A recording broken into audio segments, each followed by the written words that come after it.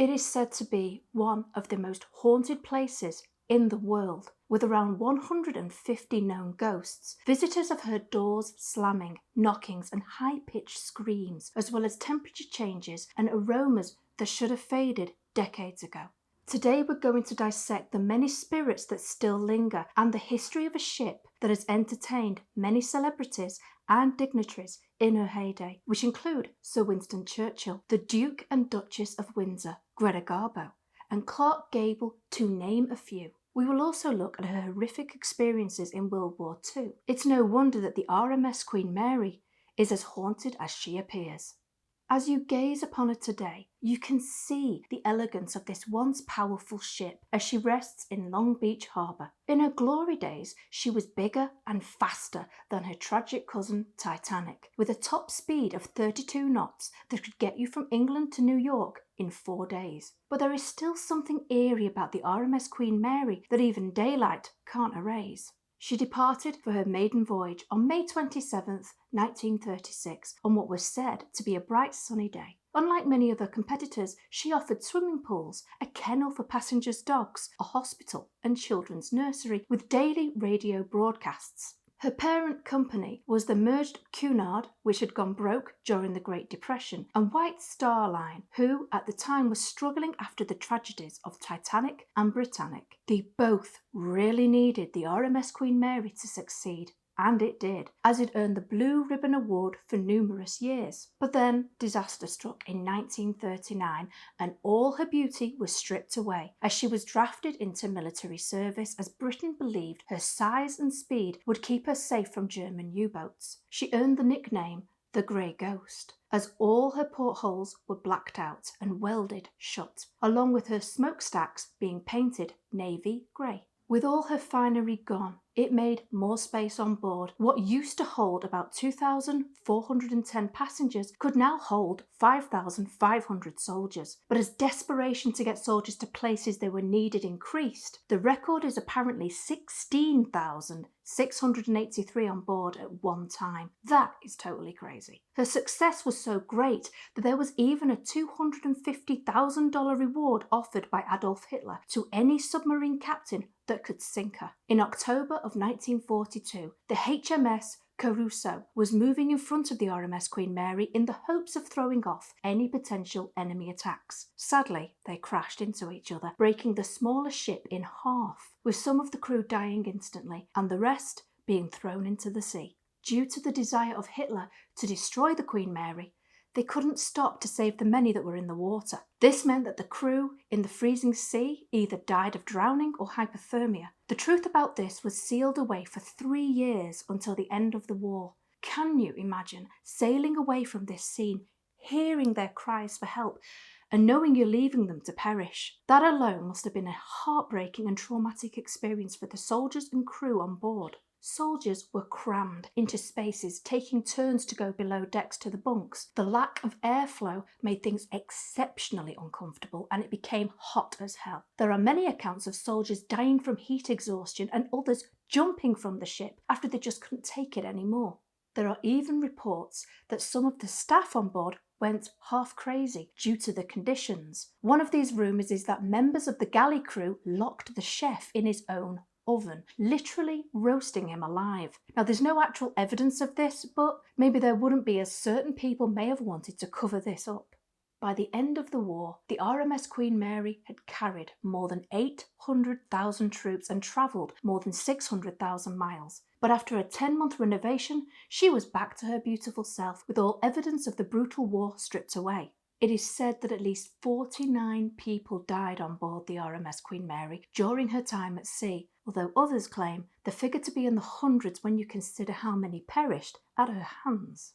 So, let's delve deeper into the deaths and ghosts that still walk the decks of this ship. The most well-known spirit seems to haunt the stateroom B340, where activity is so strong and frequent, members of the crew, including the current captain, refuse to go inside. It's not known exactly who the ghostly culprit is, but maybe there's more than one. You see, when the ship was retired in 1967, 3 of the third-class rooms were combined to create room B340.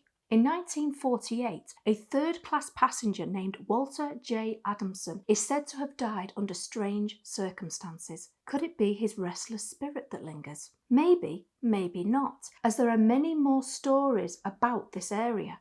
A man was locked in his third-class room after apparently murdering 2 women. Suddenly, though, he started to scream and repeatedly bang his fists against the door, shouting for the guards outside to help him, as there was something inside the cabin with him. They decided to ignore his pleas, but by the morning when they opened the door, they discovered his body ripped open and blood all over the room. One woman described being woken up in the middle of the night after her bed sheets were stripped from her. As she looked up, she witnessed a man staring at her from the bottom of her bed. Now, having bed sheets pulled away from you would be scary enough, but to then look up and see a ghostly man glaring at you, I would think counselling would be needed. What do you all think? Do you think you could handle such an experience? Let us know in the comments below. Other people have heard disembodied voices and the faucets turning on all by themselves. It got so bad that they shut the room down to the public, and it stayed that way for over 30 years until they decided to make a haunted attraction of the ship in 2018. But please note, if you decide to stay in this room, the key comes with a strong warning to beware. Now, moving away from this room, we move to lower decks. One young man named John Pedder, who was just 18 years old, died in 1966 after being crushed by a door during a routine watertight door drill. His ghost is said to have never left after his traumatic death, but it seems he's still in good spirits. No pun intended. Pedder has been seen many times wearing his blue overalls, walking the length of the shaft alley before disappearing by the door of his demise, which is numbered 13. He has also been seen running while whistling and even walking behind people asking if they've seen his wrench. But when people turn around to answer, there's no one there. As we venture to the first class areas of the ship, there are numerous reports of paranormal activity in what was the indoor swimming pool. People have described the sounds of splashing water and seen wet footprints on the deck as if someone has walked to the old changing rooms. Ladies dressed in 1930s style swimwear have also been seen walking around the pool, and a young girl holding on tight to her teddy bear. In the Queen's Salon, which once upon a time had been the first-class lounge area, a lady in a beautiful white evening gown has been witnessed dancing on her own in a dark corner of the room. The fact that she's all alone seems so sad to me. Makes you wonder why she's trapped in that singular moment. In another first-class stateroom, there have been reports of a tall, dark-haired man in 1930s era clothing, and water running as well as lights flickering on and off in the night. People have complained about hearing the phone ringing too, but when they answer, there's no one there.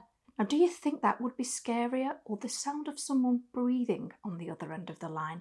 Personally, the breathing would freak me out more, I think. As we venture to the second class areas, there are reports of a young girl named Jackie who has been seen and heard by many. It's believed that the child died from drowning in the 1930s. People have mentioned hearing her laughing around the second class pool room. There does not appear to be any reports of a young girl having drowned, but again, it could be a report that has disappeared over time or something covered up. No one likes bad publicity, especially for a ship that needed to succeed. Now, in the third class area, there is a playroom where a baby is heard crying often. Many believe it to be a baby boy who died not long after he was born. So as you can see, there are many hauntings, and this is just scratching the surface of some of the paranormal experiences had. I'm sure you can understand why it has been given the title Most Haunted Ship in the World. It's such a shame that after all the life events that she experienced, she could no longer compete with all the modern cruise lines who offered more luxuries and amenities that she couldn't, as she didn't have air conditioning or an outdoor pool, which are popular features today. She may have looked splendid, but people demanded more, which is why she was retired and is now docked for visitors to enjoy as a hotel or paranormal experience. You can't ignore her beauty though, and I am sure that people still feel that same rush of awe that they did in the 1930s when they look at her splendour. But also, with her sad and dark history, maybe some of the feelings or anxiety, as when you step foot on board this ship, you never truly know what to expect, except maybe a frighteningly good time.